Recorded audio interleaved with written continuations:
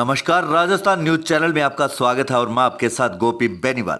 Unity मार्च में बवाल, विधायक बिहानी बनाम अफसर, सड़क पर ही फूट पड़ा गुस्सा, वीडियो ने मचाई सनसनी।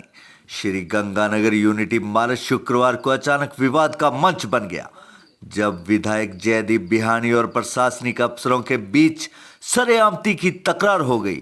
भीड़ के बीच खड़े बिहानी का गुस्सा उस वक्त भड़क उठा जब उन्होंने अफसरों पर प्रोटोकॉल तोड़ने और समय पर न पहुंचने का आरोप जड़ते हुए गरज कर पूछा, मेरा प्रोटोकॉल आखिर है भी या नहीं। हड़कंप मच गया। जिला कलेक्टर डॉक्टर मंजू और एडीएम सुभाष चौधरी मौके पर थे, लेकिन उनकी सफाई यही थी कि हम यहीं थे। विधायक के गुस्से के सामने बिल्कुल बेअसर साबित हुई। कुछ ही पलों में यह पूरा ड्रामा मोबाइल कैमरों में कैद हो गया।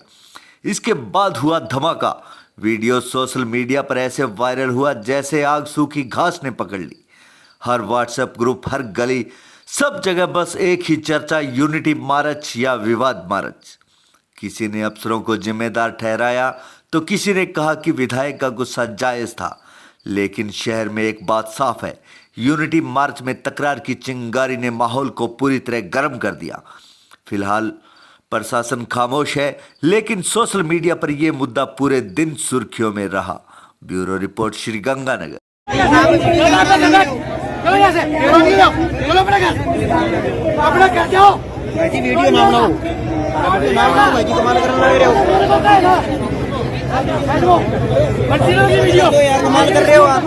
मत बनाओ वीडियो।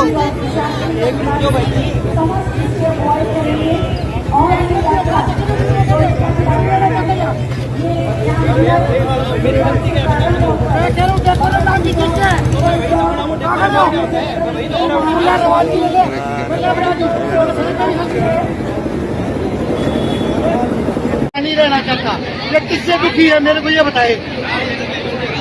होने तो ना रिकॉर्डिंग, मेरे क्या फर्क पड़ता है इस बात से। मैं ये नहीं कह रहा हूँ मैडम, मैं ये नहीं कह रहा हूँ। अजी एडीएम ये कैसे कह रहा है, मैं नहीं रहना चाहता।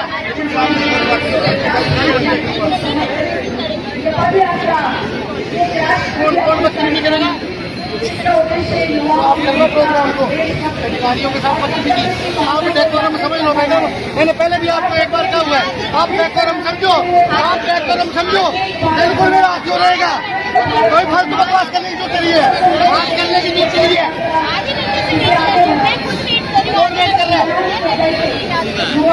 आप डेकोरम समझो, बोलने की तमीज सीखो। एमएलए क्या होता है ये समझ लेना। आपको डेकोरम सिखाना पड़ेगा क्या? प्रोटोकॉल में आपका सीएस भी खड़ा होता है सामने।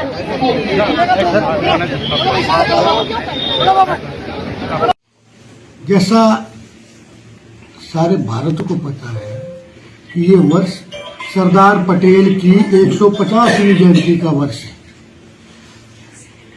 सारे देश में इस जयंती को उत्सव के रूप में मनाया जा रहा है। आज भी गंगानगर में केंद्र सरकार के आदेशानुसार, राज्य सरकार के आदेशानुसार जिला प्रशासन के तत्वाधान में एक पैदल मार्च का आयोजन किया गया था।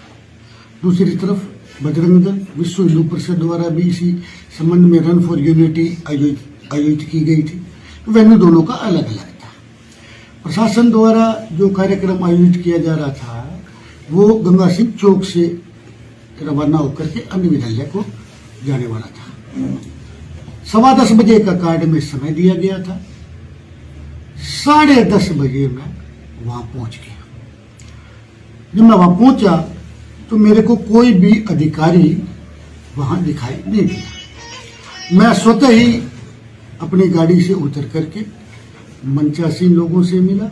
वहां जो बच्चे बैठे थे उनसे राम राम की और सरदार पटेल की और बिरसा मुंडा जी की मूर्ति पर मैंने पुष्पांजलि अर्पित की।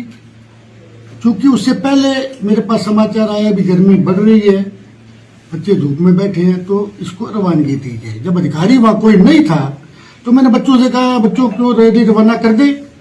बच्चों ने कहा बिल्कुल रवाना कर दो। मैंने उन सबको खड़ा होकर के कहा, मेरे को दिखाओ जी, बच्चे परेशान हो रहे हैं, अपने इनको हरी झंडी दिखला देते हैं। तभी वहां एडीएम साहब दौड़ते हुए आए। मैंने कहा एडीएम साहब, प्रोटोकॉल नाम की भी कोई चीज होती होगी। इतना मेरा पूछना था कि पूछते उन्होंने कहा साहब मैं तो यहाँ से दुखी हो गया, मेरा ट्रांसफर करवा दो। मैंने कहा ट्रांसफर मैं कौन होता हूँ करवाने वाला? अगर ट्रांसफर करवाना है आप ऊपर लिख के भेज दो भी मैं गंगानगर नहीं रहना चाहता। कहने जी आप लिख के भेज दो। तो मैं क्यों लिख के भेज दूं? काम यहाँ आप नहीं करना चाहते, इतनी देर में जिला कलेक्टर वहां आ गए। ये आज का नहीं है, ये हर कार्यक्रम की परंपरा रही है कि जिला कलेक्टर हमेशा एमएलए के आने के बाद आती है, जबकि प्रोटोकॉल क्या बोलता है कि जो लोग जरा सा भी संविधान में राजनीति में रुचि रखता है और अधिकारी जो बनता है उसको तो इस बात का पहले से ही ज्ञान होता है कि प्रोटोकॉल क्या बोलता है। लेकिन पता नहीं, विशेष रूप से मैं तो चीफ सेक्रेटरी साहब से भी मिल के आया हूँ, डीजी साहब से भी मिल के आया हूँ, उनसे भी जब ऑफिस में मिलने के लिए गया हूँ उन्होंने खड़े होकर के मेरे से हाथ मिलाया। क्या लगता है आपको जनप्रतिनिधियों के साथ प्रोटोकॉल? पूरी बात सुनी। उसके बाद जिला कलेक्टर वहां आ गई कि मैं दफ्तर में आपका इंतजार कर रही थी। कार्यक्रम स्थल जिला कलेक्टर का दफ्तर नहीं था, कार्यक्रम स्थल महाराजा गंगा सिंह चौक था। मैंने जिला कलेक्टर को बड़े विनम्र शब्दों में पूछा, मैडम आपके एडीएम साहब कह रहे हैं कि मैं यहाँ से दुखी हूँ, मेरा ट्रांसफर हो रहा था, वो दुखी किससे है ये तो मेरे को बताए। कलेक्टर ने कहा वो तो ऐसे ही जवाब देंगे। आप रूटीन में जानते हो आदमी एक दूसरे से जब भी बात करता है तो उसका हाथ भी आगे होता है, उंगली भी आगे होती है। मेरे को कलेक्टर ने सीधा ये कहा भी हाथ नीचे करके बात कीजिए। उसके शब्दों में रूखापन था। निसंदेह जब आपके आत्मसम्मान को कोई ठेस पहुंचेगी तो आपको भी आक्रोश आएगा। तब मैंने कहा मैडम आपको प्रोटोकॉल सिखाना पड़ेगा क्या? आप पहले भी कई बार बदतमीजियां कर चुकी है। यही हुआ।